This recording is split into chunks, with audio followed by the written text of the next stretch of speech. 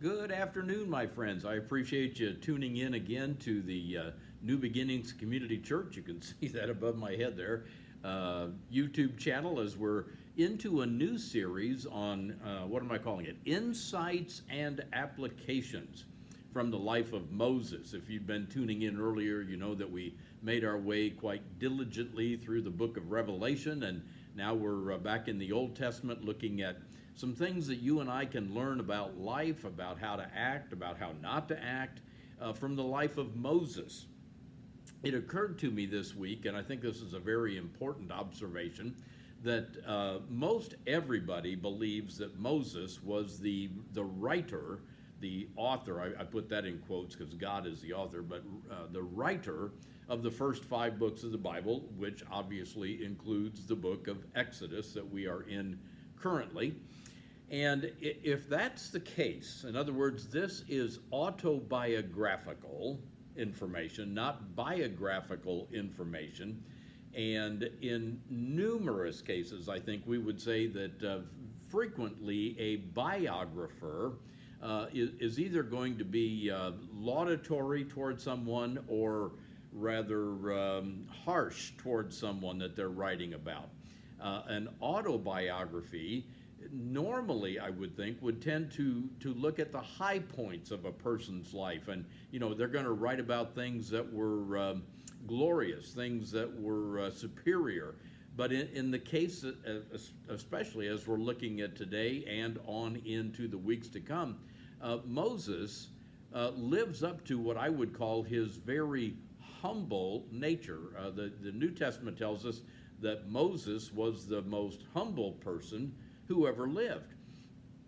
And I hope to show that to you today, that he is not looking only at the high points. He is looking at some things that he did that were decidedly embarrassing, revealing, less than exemplary, weaknesses that he had, and he's not afraid to lay it out there for us to look at. And I think that again, like I said, that is something that you and I need to take to heart, because, again, if we're writing our own story, are we really going to tell all of the foolish things that we did? I don't think we are. A few months ago, I decided that it was time for me to get off of the historical fiction books that I've been reading. I try to read 2 to 3 books a week. Don't always get that done, but that's kind of my goal. That's my reading speed, I guess. And I decided a few months ago, I said, you know what, I'm going to try biographies and autobiographies, just because I did discover this, that the things that I read in the biographies or the autobiographies tend to stick with me much more so than the books on historical fiction that I read. I don't know why that is. It just is. So I was over at the library and was poking about, and I came across a book called Here's Johnny, and it was obviously a biography by Johnny's lawyer, his attorney, about the life of Johnny Carson. Now, I grew up, like many of you, I suppose, listening to Johnny Carson of an evening on The Tonight Show. I laughed. I enjoyed his personality. I watched him for those many years. And yet when I read his biography, seriously, I came away feeling like Johnny Carson was the biggest scumbag that I've ever wasted my time tuning into. His attorney just ripped him from stem to stern. I mean, it was a horrible thing, and that relates to what I'm thinking about here. If Johnny Carson had written his own autobiography, he would not have touched the subjects that the biographer did, because he was too prideful, as many of us would be, to do so.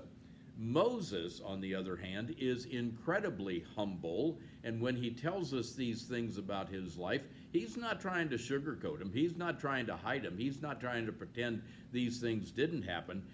He is more than humble and more than honest to bring these things to our attention. So if you have your Bibles, let's take a look together at Exodus chapter 2. We're going to begin at verse 11.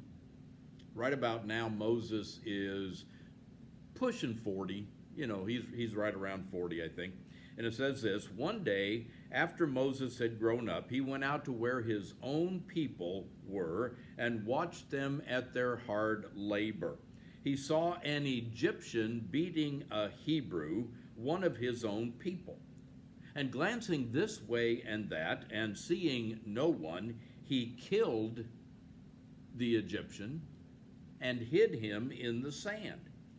The next day he went out and saw two Hebrews fighting.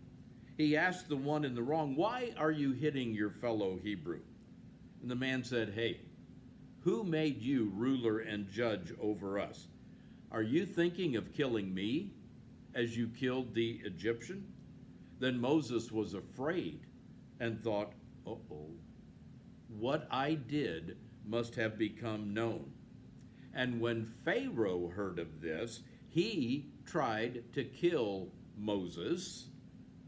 But Moses fled from Pharaoh and went to live in Midian, where he sat down by a well. Now a priest of Midian had 7 daughters, and they came to draw water and fill the troughs to water their father's flock. Some shepherds came along and drove them away, but Moses got up and came to their rescue and watered their flock. When the girls returned to Reuel, their father, he asked them, "Why have you returned so early today?" They answered, "An Egyptian rescued us from the shepherds. He even drew water for us and watered the flock." "And where is he?" he asked his daughters. "Why did you leave him? Invite him to have something to eat." Moses agreed to stay with the man, who gave his daughter Zipporah to Moses in marriage. And Zipporah gave birth to a son, and Moses named him Gershom, saying, "I have become an alien in a foreign land." And during that long period, the king of Egypt died. The Israelites groaned in their slavery and cried out, and their cry for help because of their slavery went up to God. God heard their groaning, and he remembered his covenant with Abraham, with Isaac, and with Jacob. So God looked on the Israelites and was concerned about them. Again, autobiographical information from Moses to us about himself.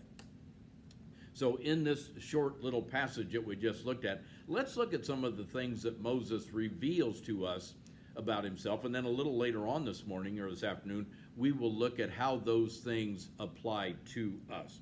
First of all, we're told that Moses, during this season that we're reading about, had grown up. As I said a moment ago, he was probably 40 or pushing 40.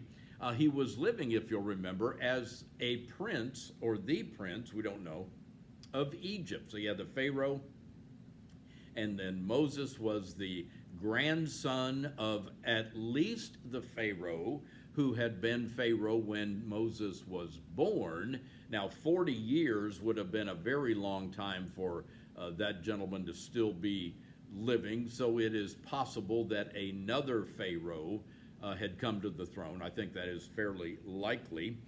And Moses reveals to us in this incident that he writes about that he was struggling with his own identity. Who am I? He was at that age and at that stage where he is wrestling with an understanding of who he really is. He was born Hebrew, Jewish, you might say, adopted by Pharaoh's daughter, so that made him Egyptian by adoption. And yet when he saw this Hebrew slave being beaten by the Egyptian slave master, he felt compelled to kill the Egyptian.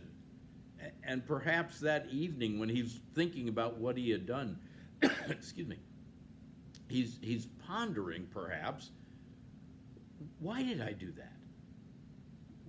Am I equating myself with the Hebrew? I know I was born Hebrew, but for 40 years I've lived as an Egyptian. who am I? Who am I to me? And now it's too early to say, who am I to God? That's not going to enter the picture here yet in Moses' life. Many of you know that my daughter has adopted a boy from Ethiopia, and she adopted him. Charlie and Laura adopted Elias when he was just about 1 year of age or less. And so he is by birth Ethiopian. He is by birth African. He has been adopted and raised in America. Now, just because my mind works this way, I have wondered on occasion, what will he decide? Who will he decide he is? What nationality will he think of himself as he ages? I don't know when thoughts like that come into people's minds. It seems to span you can't just go, oh, when you're 27, you think, I think it could be any age for any of us. But I'm just curious, when Elias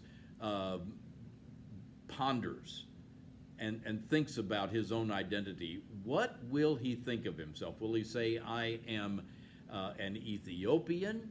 Or will he say, I am an American?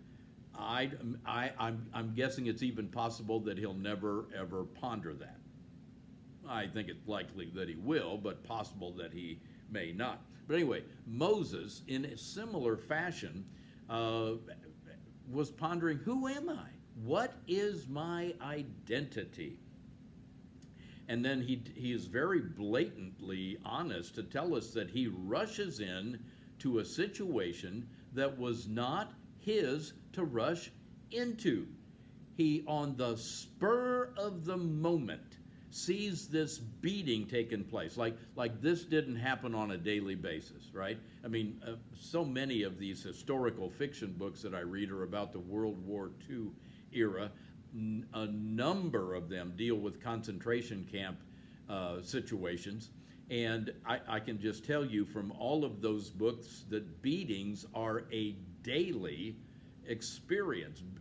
When people are subjected by another people, beatings happen all the time. So this wasn't a unique situation. This was something that went on a routine basis. But for some reason, Moses rushes in to try to deal with this situation in a way that it wasn't his to do.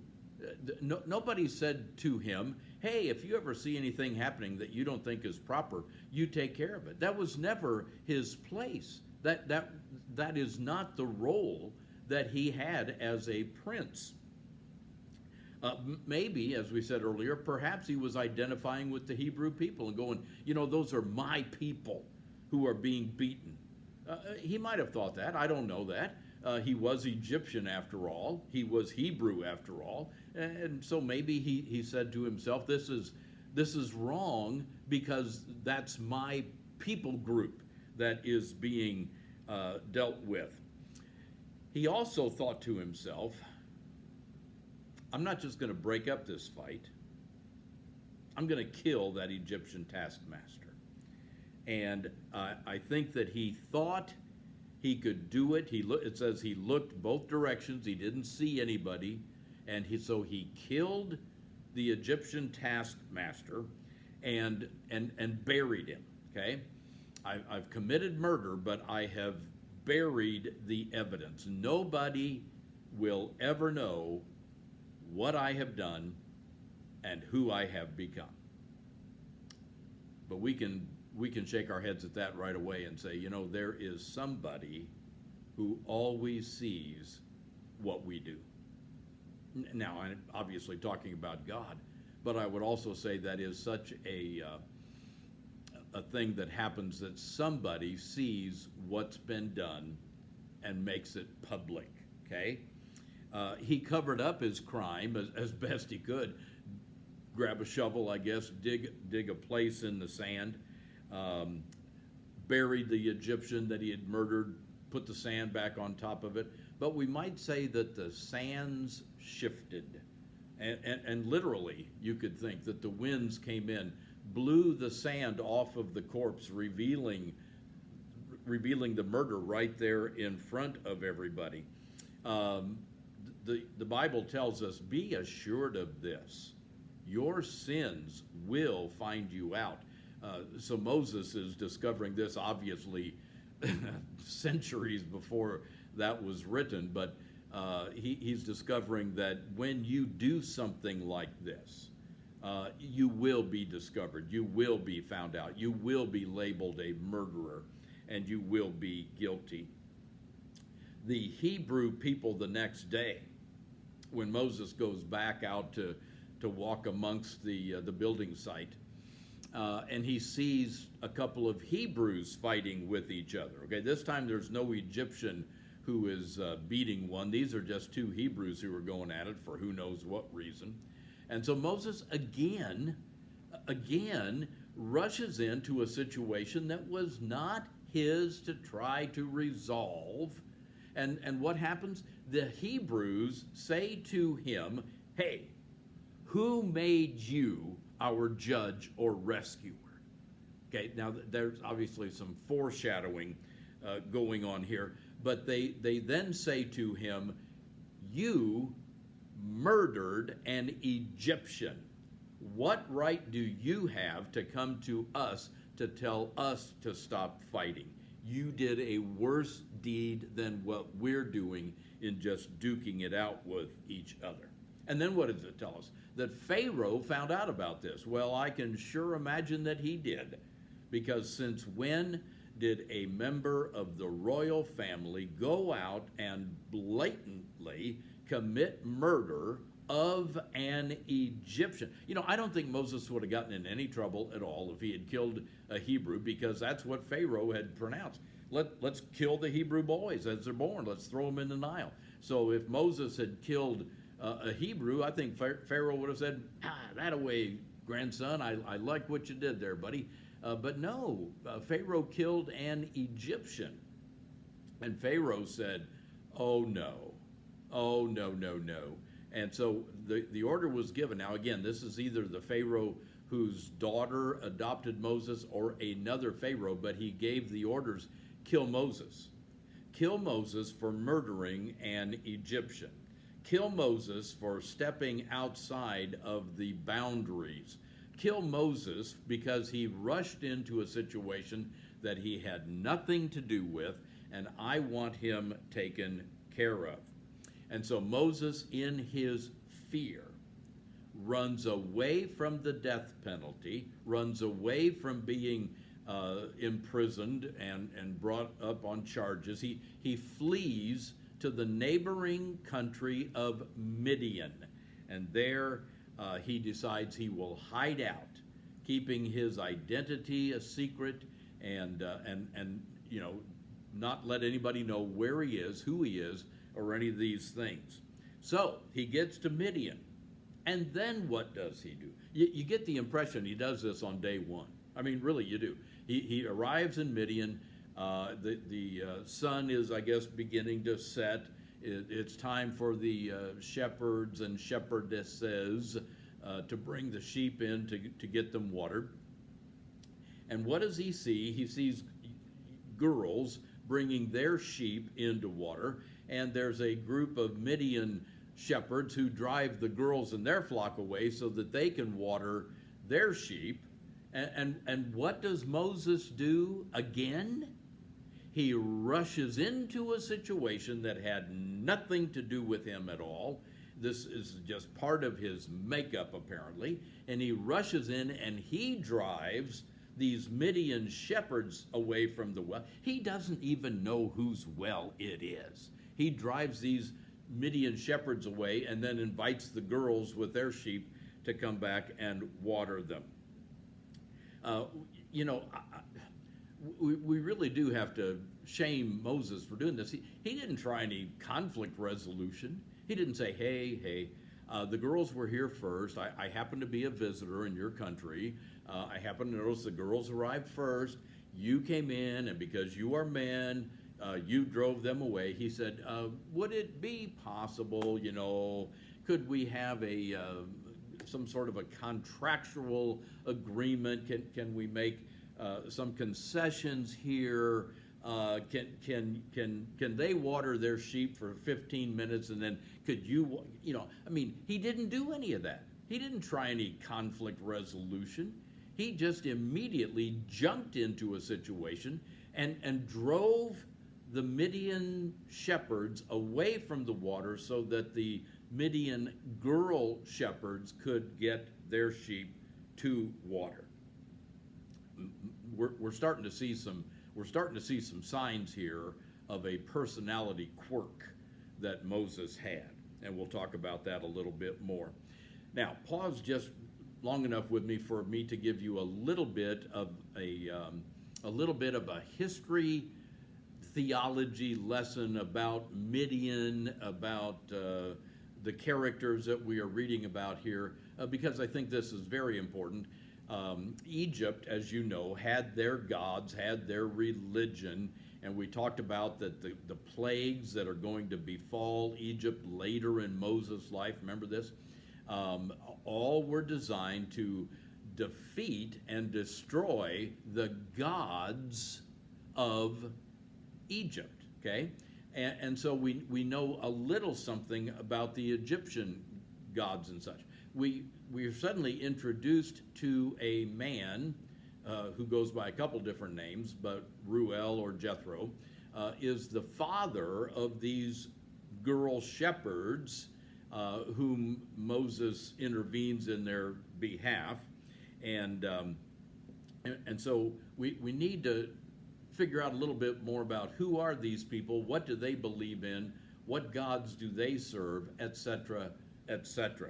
So we know that, first of all, in this situation where he's in Midian as an Egyptian, he willingly marries the daughter of Jethro or Reuel, same guy, different names, who is a priest, okay? And Moses marries his daughter Zipporah. Jethro, I'm going to call him Jethro because frequently in the rest of the story of Moses' life, that's the name that he goes by. It's just he had more than one name. That's pretty common. People call me all kinds of stuff. But same guy, just different names. Jethro welcomes Moses into his home because the girls tell him about what he had done. He'd been a rescuer. He jumped in. He saved us, so to speak. He rescued us and allowed us to water our sheep. And so Jethro practices the ancient art of hospitality. If a stranger comes into your area, invite him or her in, feed them, make sure they are settled, and give them a night's rest, and then send them on their way. Well, Jethro invites Moses to come into his home, and he is so taken with this fellow that at some point he says to Moses, listen, here's my daughter Zipporah. I would like to give her to you in marriage. And Moses agrees. And so now we need to ask, well, what's happening here religiously in this situation? What's taking place as Moses, an Egyptian Hebrew, now a Midianite refugee, still Hebrew, still religiously educated by the Egyptians, now finds himself in Midian. And we need to understand that the Midianites were descendants of Father Abraham through his wife Keturah. And you will remember that Abraham had married Sarah, okay?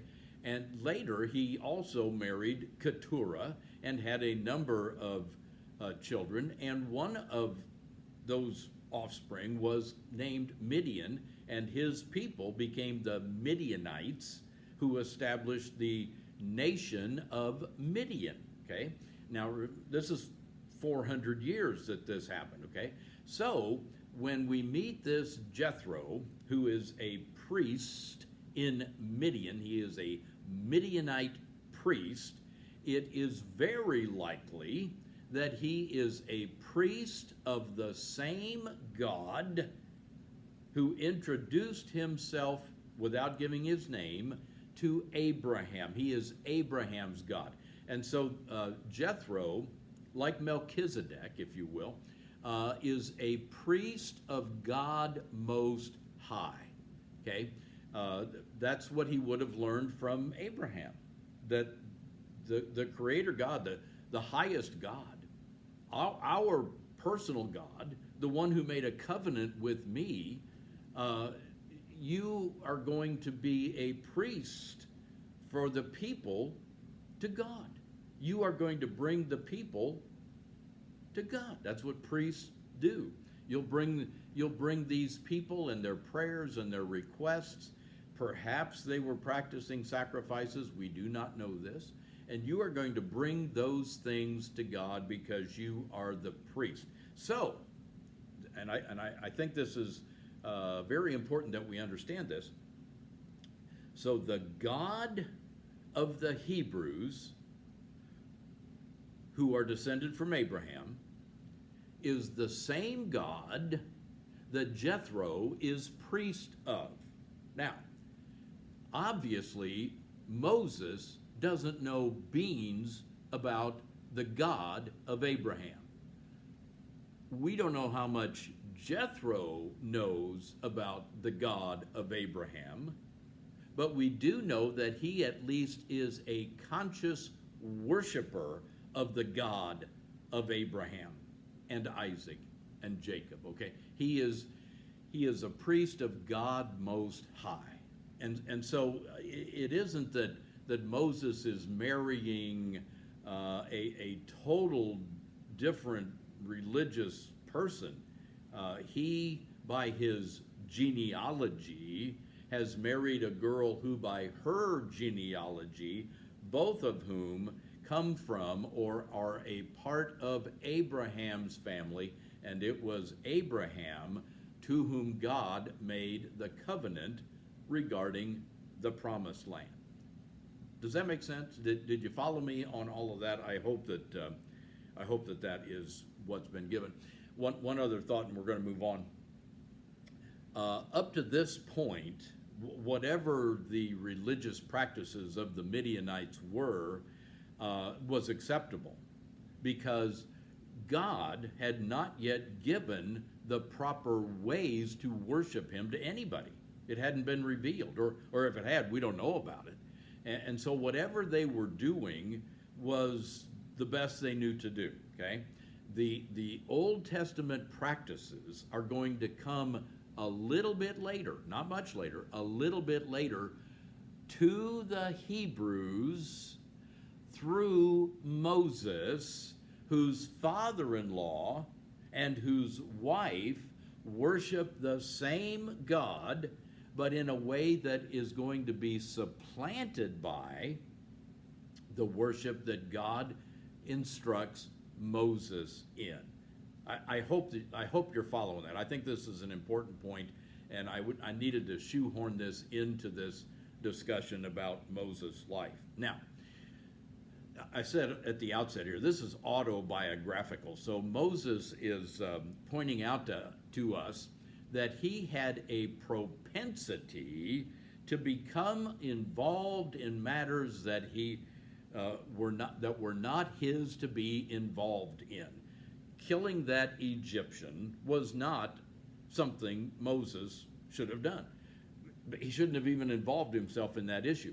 Driving the shepherds away so that the daughters of Jethro could water their sheep. Again, Moses, what are you doing?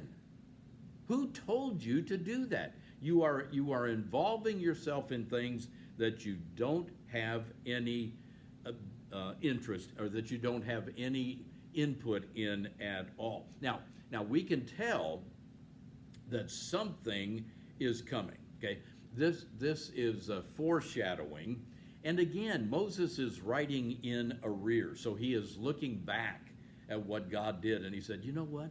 I always had this propensity to rush in and rescue people. I loved doing that. I don't know why. That's just part of my nature. Well, verse 25 tells us that God hears the cries of the Hebrew people.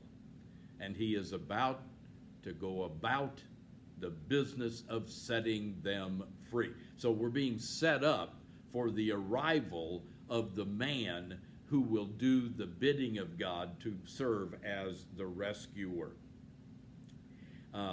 So we're given some foreshadowing here, but we're also well aware of the fact that Moses is saying, you know what, I'm prone to jumping in to situations that I have no right to be jumping into. Some people might say, he might say to us, some people have called me foolish. I rush in where angels fear to tread. Some people might have said about me, boy, was he rash. I mean, he didn't give that a second thought about jumping in there and killing that guy. It just, somebody pulled his trigger and off he went. And who told him that those shepherds were doing anything that wasn't common practice? I mean, gosh, Moses, you are so rash. What's up with that? He may say, you know, a lot of people think I overreacted. Do you think? Good grief, yes, you overreacted. And some people may have said to Moses, or he may have decided this on his own, I've got a superiority problem. I tend to view myself, maybe because of my position, maybe, as being superior to other people. And so when I see somebody doing something that I don't like, I instantly want to jump in and do something about it. And perhaps some people see and said to Moses, and perhaps he came to this about himself on his own, that I have a hero-type personality. And that's not necessarily a good thing, okay? That means that there are times when Moses and perhaps us have thought we had a giant M on our chest, or a giant H for hero on our chest. M for Moses. I am Moses. I am come to take care of this situation. This isn't a good thing. Whenever we think that we are the heroes, despite all the movies that Marvel Comics have come up with, we are not necessarily to be thinking that that is a good thing. Okay, there are times and places for everything, but Moses just jumps into anything, it seems. And so Moses is telling us his story to show us that we need to look at our story and recognize that there's times we're our own worst enemies. You know, how did you get into how did you come to live in Midian? I mean, were you on a trip one day and you liked it, or what? No, my foolish, rash, superior personality, hero mindset. I killed an Egyptian. I had to flee from my home country because I was on Pharaoh's most wanted list. I didn't choose to come to Midian. This was the only option that I could see, and that's what I did. And certainly, Moses' status was greatly reduced. You ever think about this? Remember, he was prince in Egypt. There was at least an outside chance, to my way of looking at it, that he had the possibility of someday ascending to the throne of Egypt and becoming Pharaoh. I think that possibility existed. If he didn't become Pharaoh, at least he would be a high-ranking Egyptian official because of his relationship to the Pharaoh whose daughter adopted him. He was a privileged person, okay? But not now. Now what is he? He's a murdering refugee living in a foreign country. He had to give up his wealth, his status, his place, his people. He has come as low as it is possible for somebody to come. He has dropped drastically. And I wouldn't doubt that he got angry with himself. He was, and then in his dark moments, he probably spent a good bit of time having a pity party. He invited everybody that he knew. Hey, come and join me in my pity party. My life has just gone south. It's just absolutely pitiful. This is the end of me. The me I used to be, I am no longer. because I was so foolish and so rash and did this thing I wouldn't have done. And maybe that's true for us. Maybe we look at ourselves and go, there was that time when I made a very foolish or rash decision that came back to haunt me, came back to bite me, came back to cause me all kinds of trouble and heartache. And I recognize that, if only I had been cautious, if only I had taken care to do the right thing, I wouldn't find myself in this situation that I find myself in. And I think that there's just an awful lot of that self-pitying and guilt that goes along with life, as most of us have loved it. And so I think what God through Moses, excuse me, is trying to encourage us in is to make sure that you do not just jump in to a situation without giving it careful consideration. You may feel called to be a rescuer, like Corrie ten Boom that we talked about last week. Fine.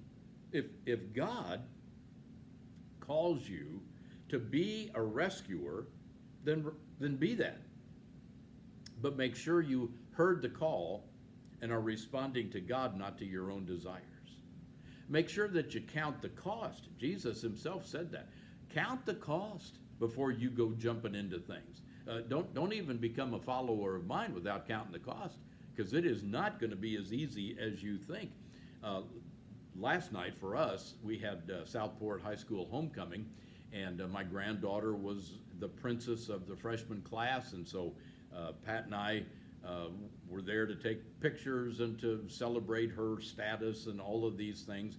And then she said, "Pops, can you and Mimi take me home? I'm very hungry. Oh, and by the way, one of the princes needs a ride home. Can you drop him off as well?" So sure, absolutely. We get in the car, and Aaron says to me, "Pops, this young man wants to grow up and be a pastor. What do you think about that?" And I said, "Well, it's not the best job in the world, but if God is calling you to it, it will be the best job in the world." But I said to him, I want you to make sure God is calling you to be a pastor, and not just because he said, "My great-grandfather, my grandfather, and my uncle were all pastors." He said, "I think my dad should have been a pastor, and I think I should be a pastor." Fine, I'm not going to throw cold water on anybody, but the ministry is far from simple. And you got to make sure that you're counting the cost and not thinking that it's all peaches and cream, because it certainly is not that. And to think about this in relation to other people. People will oftentimes tell you sad stories that are happening in their life. And I think that they are not necessarily saying to you, "I want you to hear my story, and then I want you to offer me some wise counsel." I don't think people are normally doing that at all. I think what they want is somebody to listen. That's really all they're looking for. They're just looking for somebody to listen. But so many of us have this propensity to hear somebody's story, and then what do? We leap into that story, and we begin to give advice that was never asked for. And then we wonder, gee, that person ends up shutting me out of their life. I'm not sure what went wrong. I was just being a polite advice giver. They didn't ask you for that. They didn't ask you to jump into their life. They were just wanting you to hear their story. So I think Moses is saying to us, God through Moses is saying to us, think before you act, because the consequences are huge if you act in an inappropriate manner, in an inappropriate time. Moses in this second chapter certainly shows us that. And I think that's pretty good counsel coming to us through this autobiographical series of books that he wrote. Can I pray for us today? Would you listen in? Father, as we have given consideration to Moses, and I know that many people, me included, think of Moses as being a heroic type person, and certainly he was, but he had this quirk that he is quick to point out, that jumping in where he wasn't invited is part of his makeup. But it's a problem. And not only was it a problem for Moses that caused undue suffering, it can be a problem for us as well.